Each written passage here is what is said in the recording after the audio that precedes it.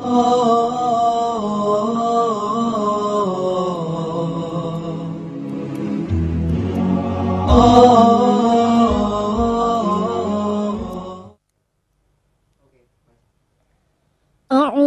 billahi minasy syaithanir rajim.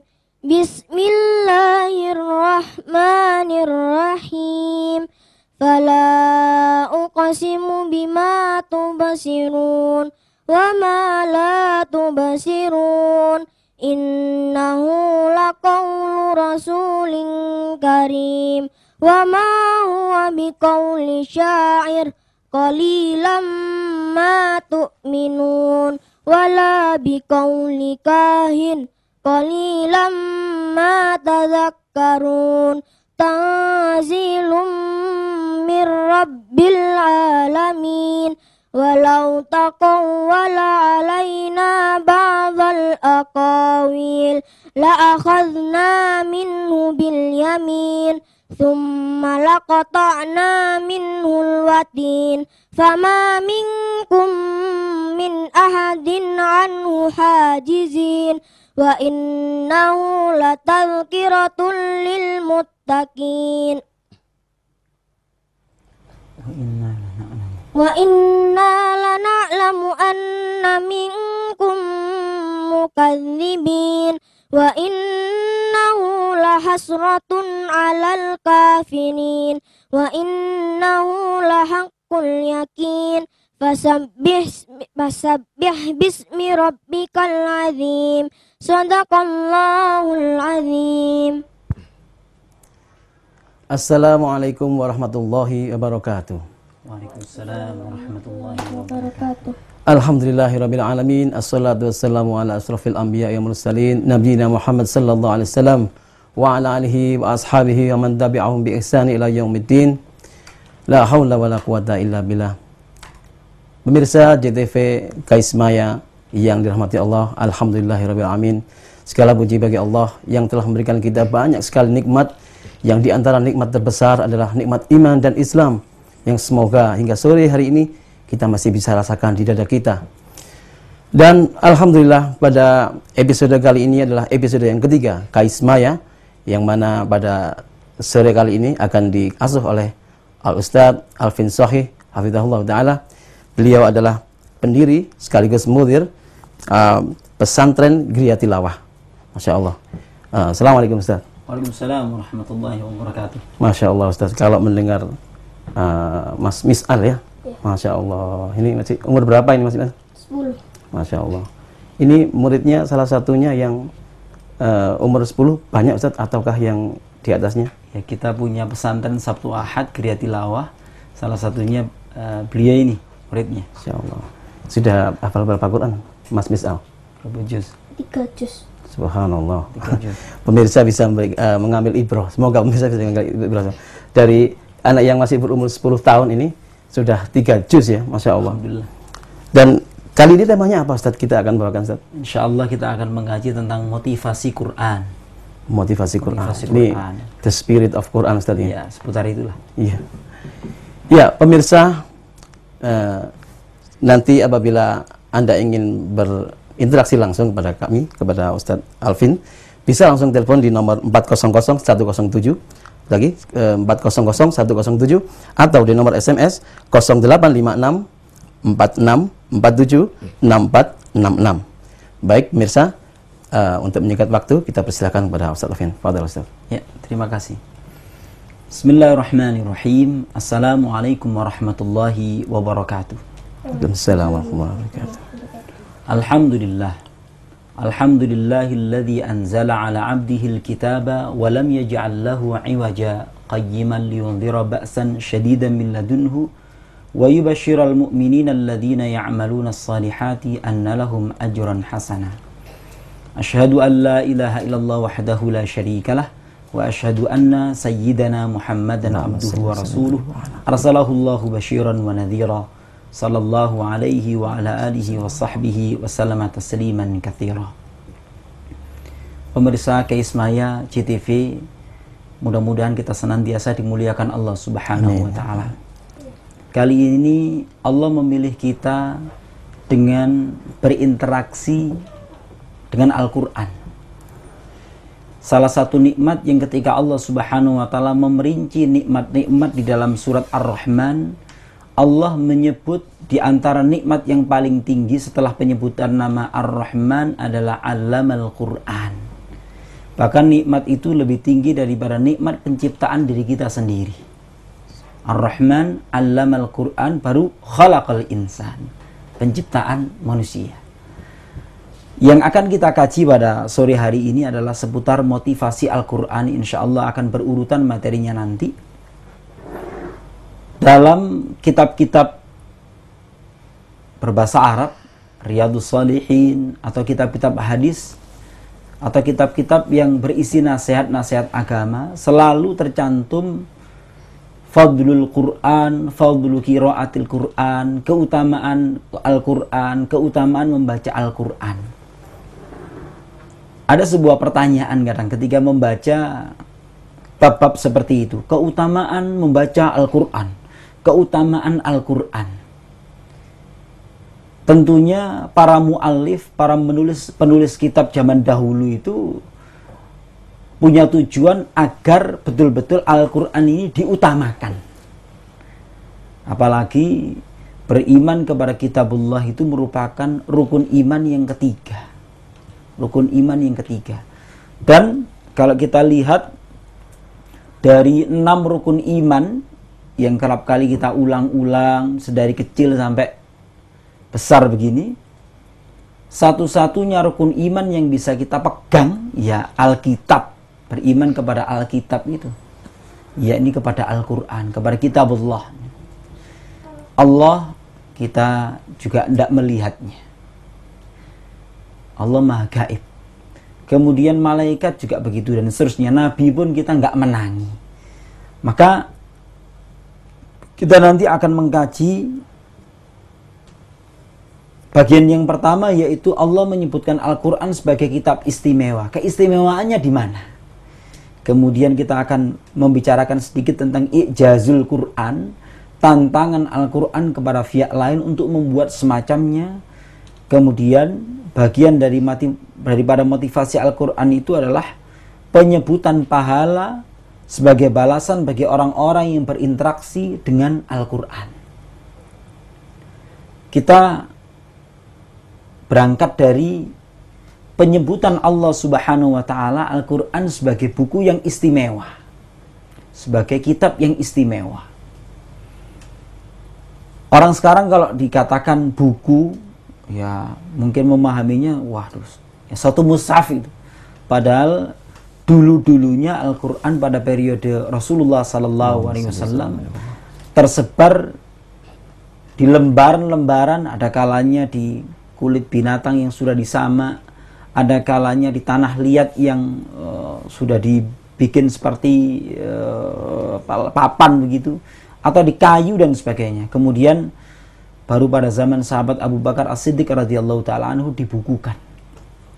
Kita lihat keistimewaan Al-Quran ditinjau dari definisi yang diberikan oleh para ulama-ulama usul, yaitu Al-Quran itu kalamullah ta'ala al-mu'jizu al-munazzalu ala rasulihi Muhammadin sallallahu alaihi wasallam, yaitu kalamullah, firmannya Allah Ta'ala, al-mu'jizu, sebagai mukjizat, sebagai sesuatu yang melemahkan pihak lain, al-munazzalu ala rasulihi sallallahu alaihi wasallam, yang diturunkan kepada Rasulnya yang paling akhir, Nabi Muhammad sallallahu alaihi wasallam, bilafzil arabi, dengan lafaz berbahasa Arab, biwasitatil amin Jibril, dengan perantara malaikat Jibril alaihi salam, al-muta'abbadu bitilawatihi, yang dipandang sebagai ibadah pembacaannya,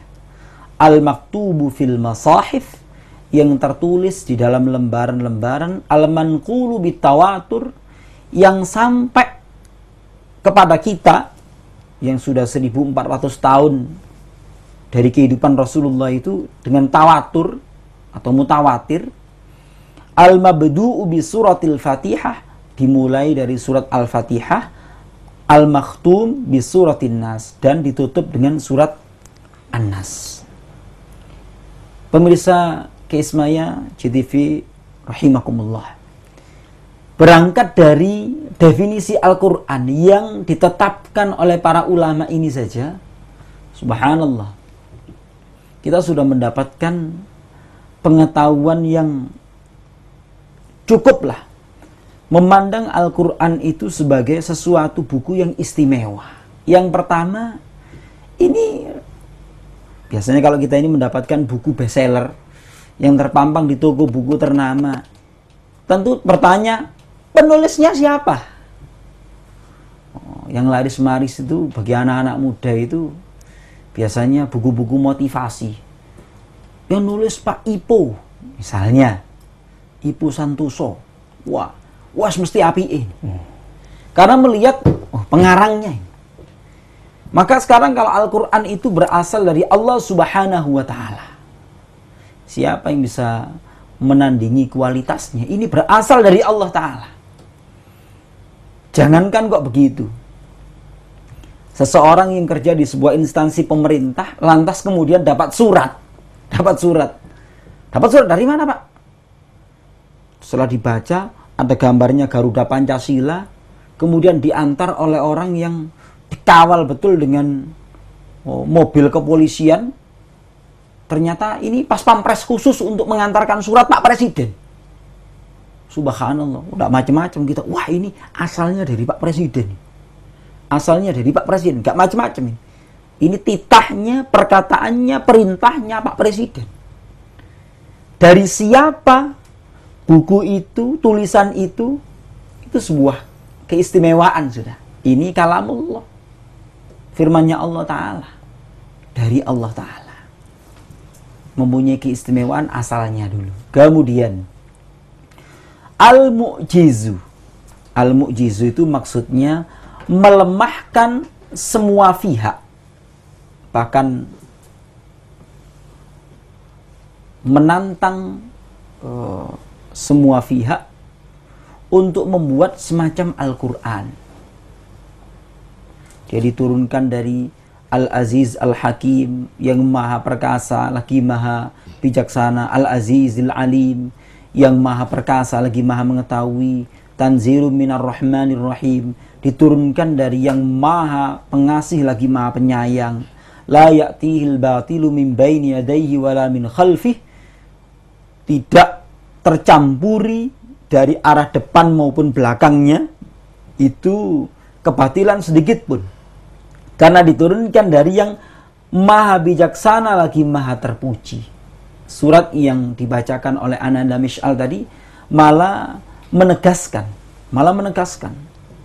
Fala uqsimu bima tubsirun wa ma la tubsirun. Maka aku bersumpah dengan apa yang engkau lihat dan apa yang tidak engkau lihat. Innahu laqaulu rasulin karim. Betul-betul Al-Quran itu adalah ucapan dari utusan yang mulia. Dia bukan wa ma huwa biqauli syair, bukan ucapannya penyair, karena ucapannya penyair itu hanya mengandalkan keindahan lafaz, karena maknanya itu tidak ada. Wala biqauli kahin, bukan pula ini ucapannya dukun-dukun mantra-mantra. Kalau mantra-mantra itu nggak bisa dipahami, meskipun kadang reaksinya juga nggak jelas, punya dampak. Qalilan ma tadhakkarun, sedikit sekali kalian mengingatnya. Tanzilum min rabbil alamin, dan itu diturunkan dari penguasa alam semesta. Masya Allah, Ustaz. Apabila yang tadi kita dapat surat dari Presiden, pasti disimpan. Hati-hati, dibaca, dihafalkan apa itu titahnya. Dan Masya Allah, dengan adik kita yang tadi sudah membacakan yang dengan luar biasa ya. Semoga pemirsa di rumah juga bisa terinspirasi. Nampaknya sudah ada pertanyaan juga, tapi akan kita ikuti setelah jeda yang berikut ini.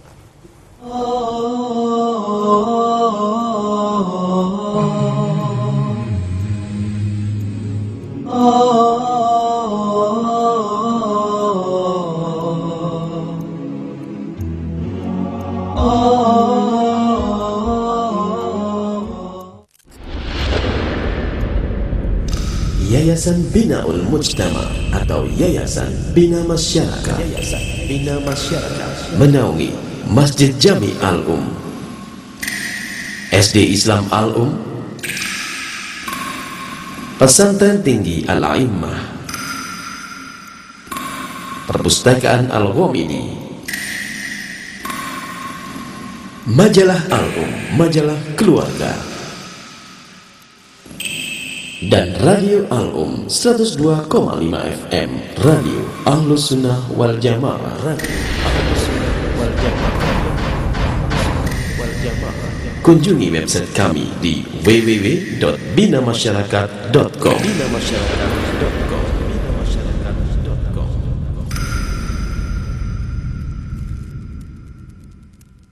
Aku memandangmu dari segi positif. Tapi kalau dia punya niat baik, maka malaikat mencium bau wangi. Pas jatahnya Sayyidina Utsman, sehingga Yahudi ini nggak mendapatkan hasil.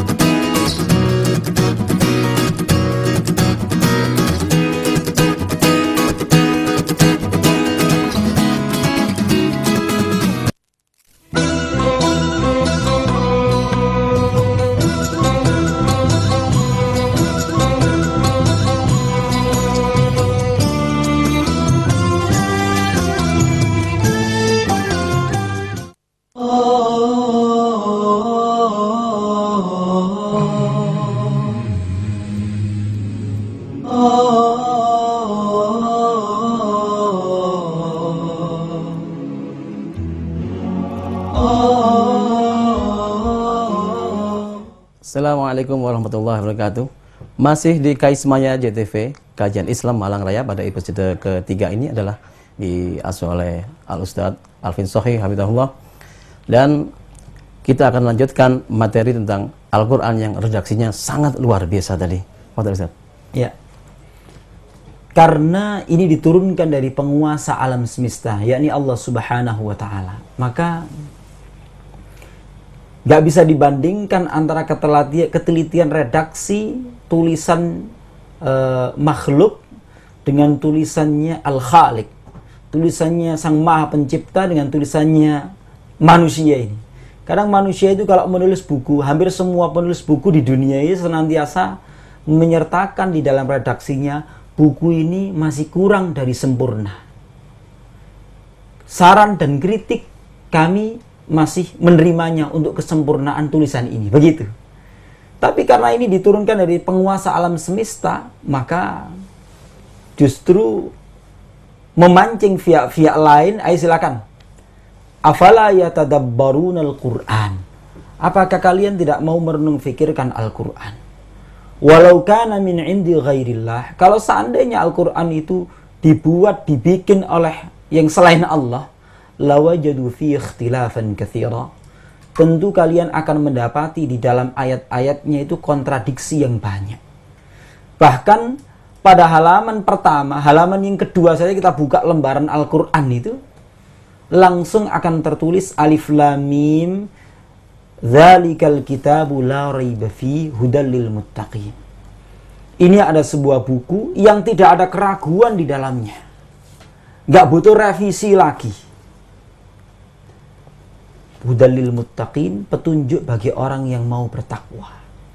Kemudian juga sebagai wahyu yang diturunkan kepada Nabi Muhammad, utusan yang diperintahkan untuk membawa buku ini pun tidak macam-macam. Nazala bi ruhul amin ala qalbika litakuna minal mundzirin.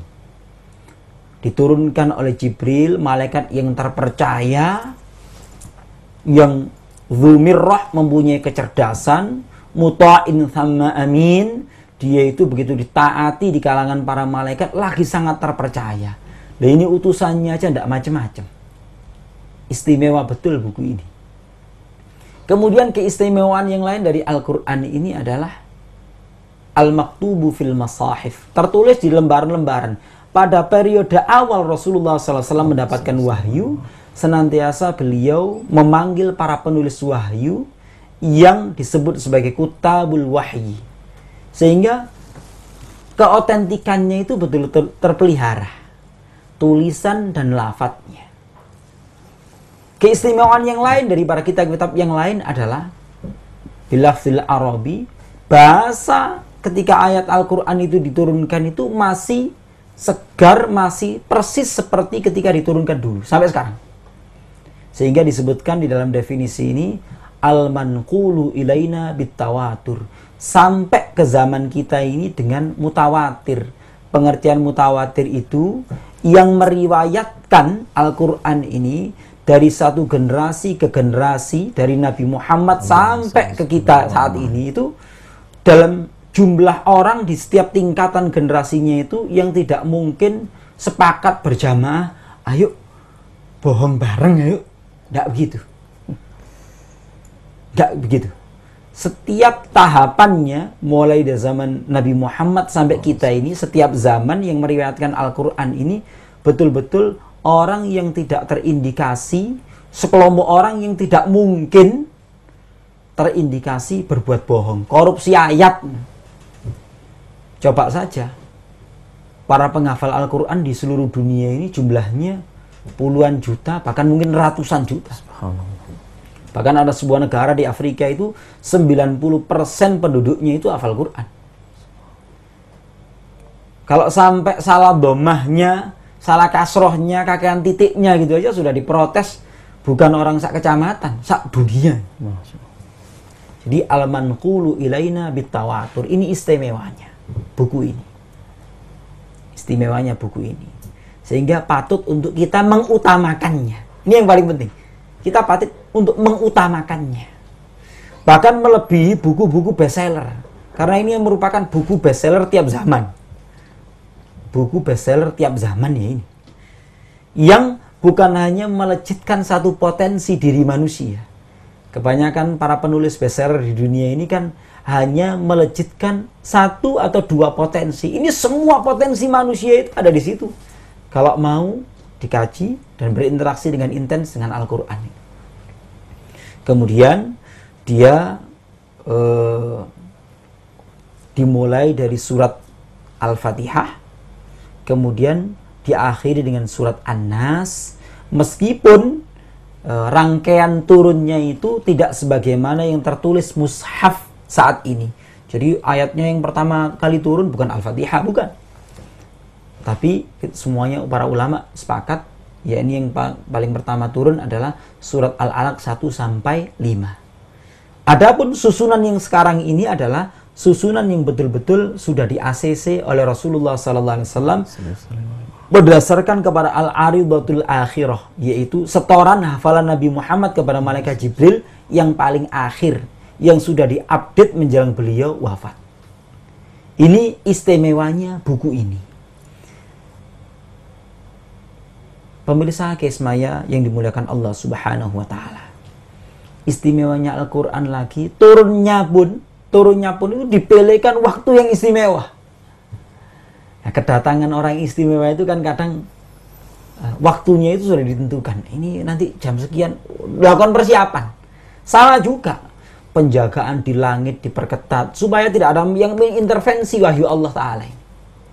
Kemudian juga malam ketika turunnya itu merupakan inna anzalnahu fi lailatin mubarakah inna kunna munzirin. Itu surat Ad-Dukhan, surat ke-44 ayat yang ketiga. Bahkan disebut surat ketika ayat yang menggarisbawahi tentang kemuliaan waktu turunnya Al-Quran itu surat Al-Qadar, malam kemuliaan, malam penentuan, atau malam yang sedemikian sempit saking banyaknya malaikat yang ikut mendampingi Al-Quran itu turun. Maka ini istimewanya buku ini. Kembali lagi kepada pembicaraan kita. Senantiasa di dalam kitab-kitab berbahasa Arab itu disebutkan fadailul Quran, fadlu qiraatil Quran, keutamaan Quran, keutamaan membaca Quran. Ada pertanyaan. Kalau sudah Al-Quran itu sedemikian istimewa sebagai sebuah buku yang langsung dari Allah Ta'ala, firman-Nya Allah Ta'ala pencipta kita, sebagai nikmat yang tertinggi yang dianugerahkan kepada manusia. Sekarang pertanyaannya, kita sudah mengutamakannya atau tidak? Sebab gaya hidup orang yang mengutamakan sesuatu itu, kita lihat saja. Orang yang memandang bahwa gadgetnya itu utama. Gelisah kalau sampai, kok gelisah? Handphoneku carry. Kenapa? Dipandang utama handphone itu. Ada lagi. Sama kok gak tenang nopo? Iki latihan delok balang. Karena diutamakan delok bal-balan ini. Maka dipandang risau kalau tidak ketemu sama sepak bola ini. Masya Allah. Bahkan diwangi, tolong aku kok bukan jam loro. Ono apa? Iki semifinal. Lo gitu. Karena diutamakan. Jadi, mari kita balik sikap kita ketika kita membaca fadailul Quran atau fadlu qiraatil Quran dan bab-bab yang semacam itu. Pertanyaan dalam hati, sudahkah Al-Quran itu kita jadikan sebagai buku yang utama? Nah, nanti kita akan mengkaji cara mengutamakan Al-Quran atau amal-amal perbuatan apa saja yang dipandang sebagai mengutamakan Al-Quran. Masya Allah, subhanallah. Ustaz, nampaknya kita mulai ada pertanyaan dari 40107 ini. Ya, silakan. Assalamualaikum. Waalaikumsalam. Iya, dari Bapak siapa, di mana Pak? Dari Pak Jaidi, dari Turen. Iya, silakan Pak. Subhanallah. Mau nanya Ustaz, begini. Ada ayat yang mengatakan bahwa a'udzubillahi minasyaitonirrajim wa nunazzilu minal qur'ani ma huwa syifaa'un wa rahmatul lil mu'minin wa la yazidu lidzalimina illa khasara. Nah, ini yang saya tanyakan. Mohon pengertian masalah ayat ini begitu Ustaz. Karena itu mengandung bahwa Al-Quran merupakan obat. Ya. Demikian, makasih. Wassalamualaikum warahmatullahi wabarakatuh. Waalaikumsalam warahmatullahi wabarakatuh. Kita jawab dulu Ustaz, mari. Ya. Yang beliau sampaikan tadi, saudara muslim kita dari Turen ini adalah sebuah ayat di dalam surat Bani Israel, ayat yang ke-80 sekian. Wa nunazzilu minal qur'ani ma huwa syifaa'u wa rahmatul lil mu'minina wa la yazidul zalimina illa khasara. Dan kami turunkan Al-Qur'an. Minal Qur'an, min itu dengan makna min ba'diyah. Ma huwa syifaa'un, yang di dalamnya itu ada syifa, penyembuh. Wa rahmatul lil mu'minin, rahmat bagi orang mukmin. Wa la yazidul zalimina illa khasara, dan tidaklah Al-Quran itu menambah kepada orang zalim kecuali kerugian. Ini memang ayat-ayat yang dimaksud Al-Quran itu sebagai syifa, para ulama membaginya sebagai dua. Memang Al-Quran itu bisa digunakan sebagai obat fisik, penyakit fisik. Obat penyakit fisik. Sehingga Nabi SAW ketika beliau sakit, maka beliau meruqyah diri beliau dengan ghaslu qul, 3 qul, membaca qul huwallahu ahad, qul a'udzu birabbil falaq, qul a'udzu birabbin nas, sebagai obat fisik sakit. Kemudian manakala beliau sudah sangat berat sekali, maka yang membacakan ayat-ayat syifa, ayat-ayat untuk dijadikan obat itu adalah Sayyidatina Aisyah radhiyallahu taala anha. Beliau membacanya qul huwallahu ahad, qul a'udzu birabbil falaq, qul a'udzu birabbin nas ini, kemudian ditiupkan ke tangan Rasulullah sallallahu alaihi wasallam, kemudian diusapkan ke tubuh beliau karena kepingin dapat keberkahan tangan beliau. Istrinya sendiri tapi ini. Istrinya sendiri. Kemudian juga ada riwayat sahabat Abi Sa'id Al-Khudri radhiyallahu taala anhu, dalam Sahih Bukhari dikatakan beliau meruqyah kepala kampung atau ketua kampung lah, yang beliau singgah dengan beberapa orang sahabat. Kepala kampungnya ini tersengat binatang berbisa. Sampai akhirnya ternyata sahabat Abi Sa'id ini meruqyahnya dengan membaca Al-Fatihah. sembuh. Maka Al-Quran sebagai syifa dipahami sebagai penyembuh penyakit fisik ini juga dikuatkan oleh riwayat-riwayat ini. Dan yang lebih penting adalah Al-Quran itu merupakan obat penyakit jiwanya manusia. Saya ambil contoh. Sombong itu penyakit loh. Sombong itu penyakit. Manusia yang sombong ini sebutnya, oh, orang ini jiwanya lagi sakit. Kenapa? Wong manusia itu tabiatnya itu penuh dengan kekurangan, bersifat dengan segala sifat kelemahan. Kok dia itu sombong? Tidak pantas. Kesombongan itu layak bagi satu pihak yang sudah tidak membutuhkan lagi kepada pihak lain. Siapa? Ya Allah Ta'ala. Sehingga kalau orang itu sombong berarti dia itu sakit jiwanya. Maka penyembuhnya kayak apa? Kita lihat contoh Al-Quran mengemukakan sebuah penyakit kejiwaan sekaligus obatnya, yaitu kalla innal insana layatgha ar-ra'ahu istaghna. Sekali-kali tidak. Innal insana layatgha, sungguh manusia itu cenderung melampaui batas, menyombongkan diri. Ar-ra'ahu istaghna, hanya karena dia merasa dirinya cukup. Macam-macam itu. Cukup berduit, cukup berkuasa, cukup duit pengikut, macam-macam lah. Cukupnya wakil, cukup berpengaruh, cukup ganteng, macam-macam, cukup ayu, semuanya lah. Ini kesombongan muncul. Obatnya apa? Ayat selanjutnya itu, inna ila rabbika ruj'ah. Sesungguhnya kepada Tuhannya lah dia bakal dikembalikan. Memangnya orang yang sombong-sombong dengan apa yang dimilikinya itu bisa ngeles dari tidak kembali kepada Allah, menghindari kematian bisa? Sekaligus obatnya.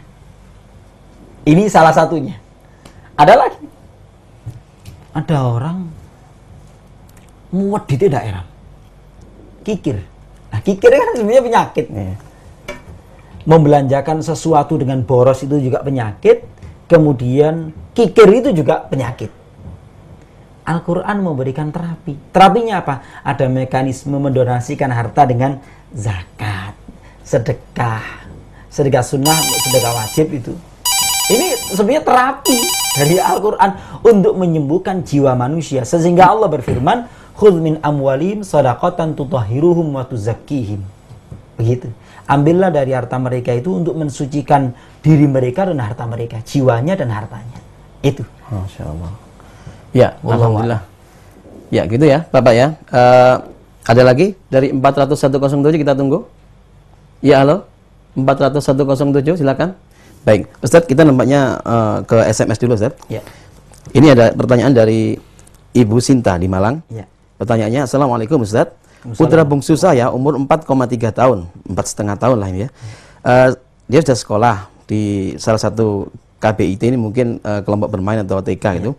Mau tanya, bagaimana cara yang tepat untuk mengajarkan dan menjaga hafalan putra bungsu saya? Dia sekarang sudah punya beberapa hafalan, surat pendek, ayat kursi, dan beberapa hadis-hadis sederhana. Mengingat dia cepat sekali menangkap jika diajak menghafal, mohon bantuannya, syukron. Dari Bu Sinta ini. Benar, Ustaz. Tapi nampaknya kita terima dulu telepon. Iya. Iya, Assalamualaikum. Waalaikumsalam. Iya. Dari mana, Pak? Dari apa, Ari? Bapak? Sawi Jajar, Ari. Bapak Arif nggih? Sawi Jajar. Iya. Mau nggak Pak Arif? Begini, Ustaz. Di rumah saya itu kan ada Qurannya itu yang sudah kumel, terus sudah lecek ya. Terus juga ada tabloid-tabloid tentang Islam. Lah itu kan kalau disumbangkan juga tidak pantas. Terus mau bagaimana caranya memusnahkan itu? Dibuang begitu saja kan tidak boleh, Ustaz. Seperti apa caranya ya supaya tidak ada di rumah lagi gitu, Ustaz. Terima kasih, Ustaz. Assalamualaikum. Waalaikumsalam warahmatullahi wabarakatuh. Ya, barakallahu fikum Bapak Arif di Saujajar. Ustaz, kita jawab dari Bu Sinta tadi, kemudian Bapak Arif. Ya, silakan Ustaz. Menjaga hafalan, apalagi untuk anak-anak, kita mesti ingat kunci dari hafalan itu adalah pengulangan. Kalau saya bertemu dengan seseorang si A gitu, tapi ketemunya cuma sekali, Nanti kalau ketemu di jalan ya, sopo iki, Mang. Tapi kalau ketemunya berulang-ulang, oh iki arek JTV. Sing ngenane kutek-kutek iku. Begitu. Karena pertemuannya beberapa kali. Tapi kalau satu kali, sopo ya? Begitu. Sama dengan menghafal itu kuncinya di situ, pengulangan. Nah sekarang intinya adalah anak kecil itu kan susah disuruh ngulang-ulang. Dia butuh ada reward, ada penghargaan, ada suasana yang nyaman, ada tanpa tekanan. Oke, di usia 4,5 tahun ya, 4,5 tahun. Memang memulai menghafal itu di usia emas ya segitu itu, dengan memperdengarkan bacaan Al-Quran, dengan ya kalau dulu saya punya anak tak pangku, kemudian kita membacakan Al-Quran kepada dia. Dan membacakannya sepotong-sepotong. Misalnya membacakan surat Al-Qari'ah. Al-Qari'ah. Dia mengikuti Al-Qari'ah. Mal-Qari'ah. Masih bisa dia mengikuti Mal-Qari'ah. Tapi ayat yang ketiga, wa ma adraka mal-Qari'ah. Tidak bisa. Maka dipotong saja. Wa ma adraka. Dia mengikuti wa ma adraka mal-Qari'ah. Dia mengikuti. Terus seperti itu. Alangkah indahnya di usia Ananda yang 4,5 tahun itu diperkenalkan seluruh lafaz Al-Quran 30 juz itu dengan metode seperti itu. Pagi di bangku dia 10 menit, kemudian sore dia di bangku 10 menit untuk mengikuti ibunya. Kemudian hafalannya tidak harus dia itu disuruh duduk, ayo hafalkan ya. Tidak bisa begitu anak kecil. Tapi mungkin sudah masa lalu Ustaz. Menjelang dibikinkan susu, dia harus menyetorkan dulu, mengulang dulu hafalannya. Atau ketika dia dibonceng naik sepeda motor berangkat sekolah, dia harus memurojaah hafalannya. Alhamdulillah kalau kita punya rezeki ada mobil. Wah, subhanallah. Ada seorang anak ketika menyetorkan hafalannya, kok begitu cepat? Nah, kamu dulu kan masih dapat setengah juz. Iya Ustadz. Umi saya itu kalau ngantar ke sekolah, di dalam mobil disetelkan murotal. Jadi anak kecil itu ya mirip tape recorder itu. Tape recorder. Betul-betul alat perekam yang luar biasa dia. Dia hafal 1 juz itu hanya karena setiap hari ketika berangkat dan pulang sekolah itu diperdengarkan juz itu saja. Nah kita ini kan waktunya orang Malang ini kan banyak habis itu di jalan sebetulnya. Apalagi macetnya luar biasa di mana-mana. Nah itu kalau dimanfaatkan luar biasa. Oke, berikan reward kepada anak-anak segitu. Berikan suasana menyenangkan. Tidak harus ketika dia memurojaah hafalan itu dia duduk manis. Apa loh ya? Tidak begitu. Bahkan saya lihat ada salah satu sekolah itu menerapkan ketika dia bersama olahraga. Iya, enggak apa-apa. Bersama olahraga lari-lari aktivitas. Ayo apa? Langsung Al-Fajr di situ. Beberapa ayat. Masya Allah itu. Iya. Dan yang lebih penting nanti tingkat lanjut usia dia itu, dia harus menemukan komunitas yang mempunyai hobi yang sama. Hobinya menghafal. Wah itu asik. Hanya kita di Geria Tilawah punya komunitas seperti itu. Untuk anak-anak ini kita kumpulkan, diberi suasana bermain yang asik. Jadi konsep namanya learning by doing, belajar sambil bermain ini betul-betul kita terapkan. Seneng anak, bukan menjadi tekanan menghafal. Ya, ya jazakallah khairan Ustaz. Kita jawab dari Bapak Arif Sesawajajar tadi, itu tentang Al-Quran yang sudah kumal, mau disumbangkan kok gak pantas, mau diapakan, mau memusnahkannya bagaimana Ustaz? Iya. Pemirsa Keismaya JTV yang dimuliakan Allah Subhanahu wa Ta'ala. Ini kendala hampir seluruh masjid. Mempunyai mushaf yang sudah katanya dibuang itu wedi kualat dosa. Kalau disimpan itu menyita tempat di mana-mana. Kalau diberikan ya udah tidak layak. Oke, maka solusinya adalah ya memang dibakar itu. Kemudian sampai betul-betul lafadznya itu hancur. Kan biasanya ketika dibakar itu masih ada saja, masih bisa kebaca, ya bagaimana dihancurkan? Dihancurkan. Memang banyak pernak-pernik solusi yang ditawarkan para fuqaha itu bagaimana Al-Quran sudah nggak kepakai seperti itu. Itu banyak, tapi ya pada intinya yang paling mudah ya seperti itu. Dan saya punya pengalaman pribadi. Ini kilas balik ketika usia kelas 1 SMP dulu. Kenapa ketika SD itu saya malas baca Quran? Selidik punya selidik, ini kalau kilas balik, oh ternyata saya mulai senang membaca Quran itu kelas 1 SMP. Kenapa? Waktu itu ayah saya membelikan Al-Quran, kok capek temen Al-Quran ini. Jadi semangat. Iya. Salah ini hurufnya koyok batik. Kemudian kertasnya berkualitas, burem lagi. Ya orang jadinya malas mau baca itu.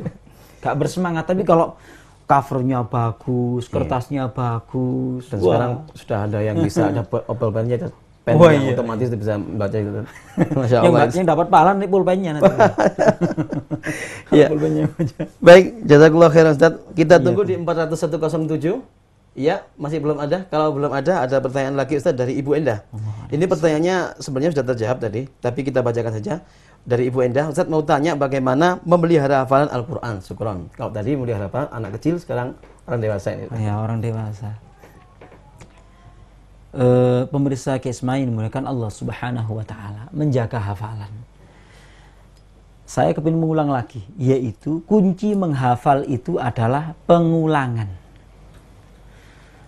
Kalau orang dewasa, maka pengulangan ini yang menjadi kendala paling utama adalah soal manajemen waktu. Soal manajemen waktu sebetulnya. Kalau sesuatu itu sudah diutamakan, balik lagi para pecinta sepak bola. Jadi awak rotok gak pati enak tapi Arema main berangkat nang Kanjuruhan. Diciptakan itu. Diusahakan betul kalau sudah diutamakan.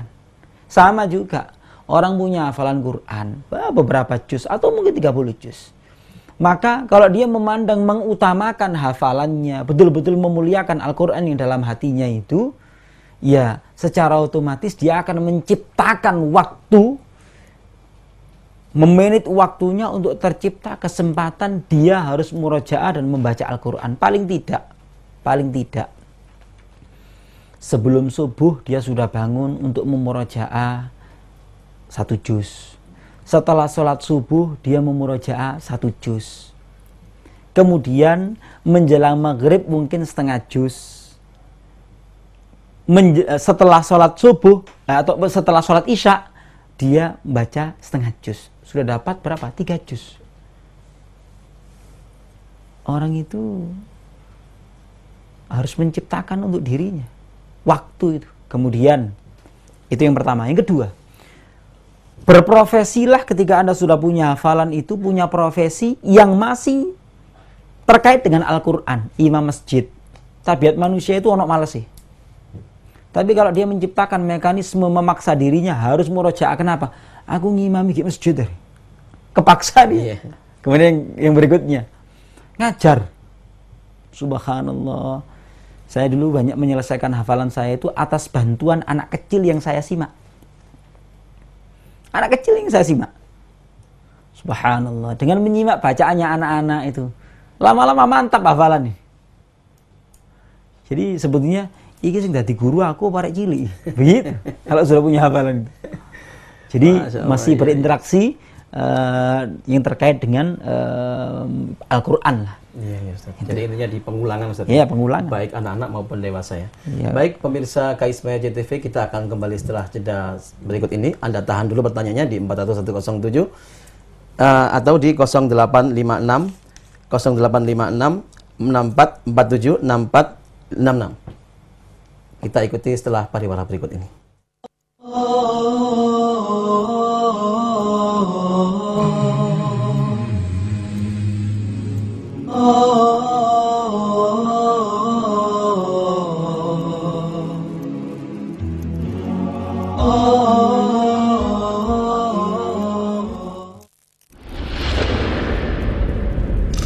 Yayasan Binaul Mujtama atau Yayasan Bina Masyarakat, menaungi Masjid Jami Al-Um, SD Islam Al-Um, Pesantren Tinggi Al-A'immah, Perpustakaan Al-Ghamidi, Majalah Al-Um, majalah keluarga. Dan Radio Al-Um 102,5 FM, Radio Ahlus Sunnah wal Jamaah. Radio Ahlus Sunnah wal Jamaah. Kunjungi website kami di www.binamasyarakat.com.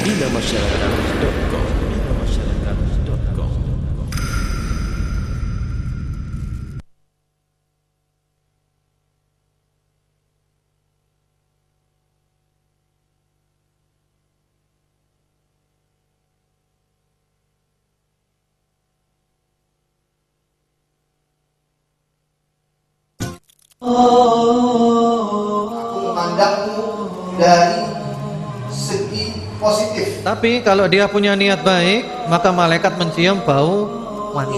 Pas jatahnya Sayyidina Utsman, sehingga Yahudi ini nggak mendapatkan hasil.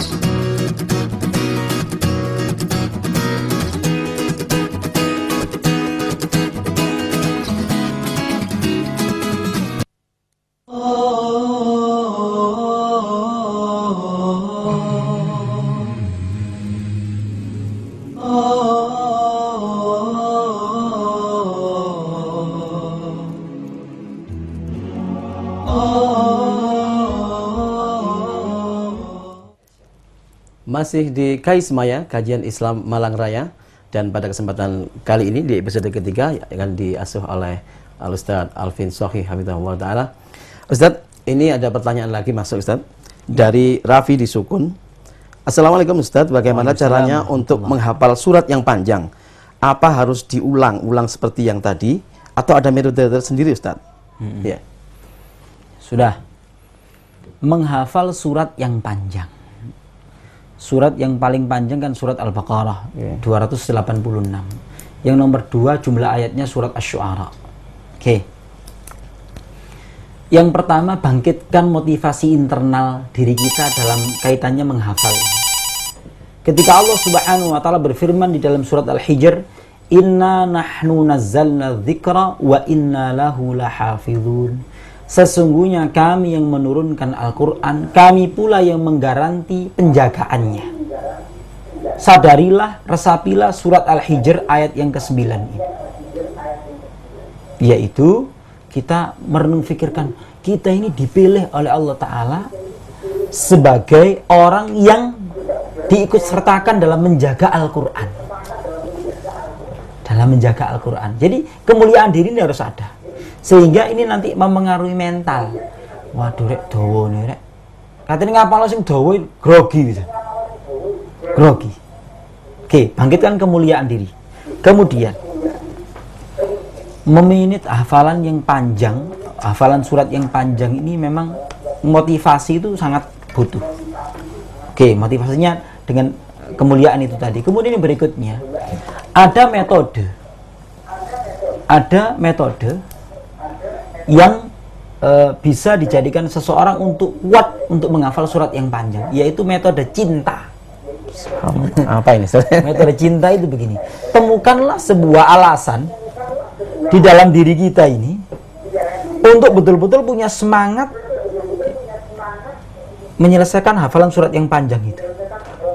Mungkin alasannya subjektif. Contoh, saya kepingin menghafal surat Yusuf itu. Kenapa? Nanti kalau saya mau menikah, saya mau ngasih mahar calon istri saya dengan saya bacakan surat Yusuf dengan hafalan. Contoh, ini subjektif sekali. Surat Al-Baqarah, saya kepingin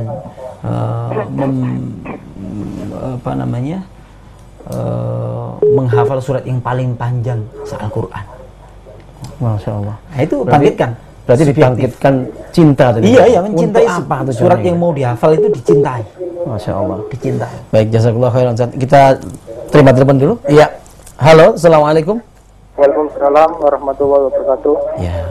Dari mana Bapak? Dari Ferry di Sawo Jajar. Dari Bapak Heri. Ferry, iya. Bapak Ferry di Sawo Jajar. Mau nggak Pak Ferry? Iya. Saya pernah ditanya oleh orang Kristen bahwa Quran kamu itu tidak paham tentang Trinitas. Dimana di surat Al-Maidah ayat 72 sampai 73 di situ Bunda Maryam diposisikan sebagai Tuhan. Tetapi di kata dia itu yang namanya Trinitas itu atas nama Bapa, Putra, dan Roh Kudus. Nah, gimana saya tidak bisa menjawab bahwa Quran kamu itu tidak paham tentang Trinitas? Ya, begitu aja Bapak. Ya, begitu Bapak. Assalamualaikum warahmatullahi wabarakatuh. Ya, terima kasih. Waalaikumsalam warahmatullahi wabarakatuh. Iya, Ustaz. Bagaimana? Iya. Ini Al-Quran membicarakan tentang posisi akidah tauhid dibandingkan akidah yang selainnya. Mulai dari surat Al-Maidah ayat ke-72 sampai ayat yang ke-76 itu berbicara tentang keyakinan penganut Nasrani. Allah berfirman, laqad kafaral ladzina qalu, sungguh telah kafirlah orang yang mengatakan innallaha huwal masih ibnu Maryam, bahwa Al-Masih putra Maryam itu adalah Allah. Wa qala al-Masihu, padahal Al-Masih itu mengatakan, ya Bani Israel a'budullah rabbi wa rabbakum. Wahai sekalian Bani Israel, sembahlah Allah Tuhanku dan Tuhan kalian. Innahu may yusyrik billah, siapa yang menyekutukan Allah, artinya dia menjadikan selain Allah sebagai Tuhan, faqad haramallahu alaihil jannah, dan maka sungguh Allah akan mengharamkan baginya surga, wa ma'wahun nar, tempat kembalinya adalah neraka. Wa ma lidzalimina min ansar, dan tidak ada bagi orang yang zalim itu penolong. Penanya dari Sawo Jajar. Langsung Anda lihat surat Al-Maidah ayat ke-75. Betapa Al-Quran menyelipkan sebuah redaksi yang sangat pendek untuk menafikan ketuhanan Isa dan ibunya. Kita lihat ini, ayat ke-75. Bapak penanya dari Sawo Jajar, Mal Masihu ibnu Maryam illa rasul, tidak lain Isa putra Maryam itu hanyalah seorang rasul. Qad khalat min qablihi rusul, telah berlalu sebelum dia itu rasul-rasul yang banyak. Rasul-rasul yang banyak. Wa ummuhu siddiqah, Maryam itu, ibunya itu orang yang sangat jujur. Kenapa? Karena Bani Israel itu menuduh Maryam itu melakukan tindakan asusila. Silakan ditengok dalam surat Maryam. Ini surat kesukaan saya juga. Saya dulu menghafal surat Maryam itu dengan metode cinta. Masya Allah. Nah, metode cinta. Surat Maryam, surat ke-19. Oke, wa ummu siddiqah. Ibunya itu orang yang sangat jujur. Jadi Bunda Maria atau Maryam itu orang yang sangat jujur. Karena Isa dan ibunya, ini isim tasniyah untuk menunjukkan dua orang. Karena keduanya itu yakulani ta'am. Isa dan ibunya itu sama-sama mengkonsumsi makanan. Untuk menafikan sifat-sifat ketuhanan di dalam dua orang ini, maka Allah menyebutkan karena yakulani ta'am. Kedua-duanya ini mengkonsumsi makanan. Pertanyaannya, yang masih membutuhkan makanan, membutuhkan pihak lain, dan dia membutuhkan harus ke belakang untuk buang hajat, maka ini menafikan sifat-sifat yang mengandung aspek ketuhanan. Kemudian ayat ini dilanjutkan, Unzur kaifa nubayyinu lahumul ayat. Perhatikanlah bagaimana kami menjelaskan ayat-ayat kami. Tsummanzur, kemudian perhatikanlah setelah mereka mendapatkan penjelasan, anna yufakun, bagaimana mereka bisa menyimpang atau memilih menyimpang dari kebenaran. Itu Pak. Kembali lagi, saya kembali memberikan kesimpulan, boleh? Iya, silakan Ustaz. Umat Islam, kita dari awal mengkaji tentang fadailul Quran atau fadlu qiraatil Quran. Kita temukan alasan-alasan kenapa kita harus mengutamakan Al-Quran dalam kehidupan kita. Karena dia diturunkan dari Allah, sampainya kepada kita pun dengan cara yang istimewa, dipandang sebagai ibadah pembacaannya, maka layak kalau kita itu mengutamakan betul-betul Al-Quran. Masya Allah. Iya. Alhamdulillahirrahmanirrahim. Pemirsa, nampaknya pembicaraan ini tidak akan habis dalam waktu 1 jam. Tapi insya Allah kita akan berjumpa di episode-episode mendatang. Dan Anda bisa mengikuti Kai Semaya JTV ini setiap hari Jumat pada pukul 4 sore insya Allah. Dan kami mohon maaf apabila ada kesalahan, kekurangan, dan semoga kita bisa mengambil apa yang bisa kita manfaatkan. Maksudnya kita bisa mengambil manfaat dari apa yang telah disampaikan oleh Al-Ustadz Alvin Hafizahullah Ta'ala. Dan dari studio kami mohon undur diri. Kita akhiri dengan doa kafaratul majlis. Subhanakallahumma rabbana wa bihamdika asyhadu an la ilaha illa anta astaghfiruka wa atubu ilaik. Wassalamualaikum warahmatullahi wabarakatuh. Waalaikumsalam.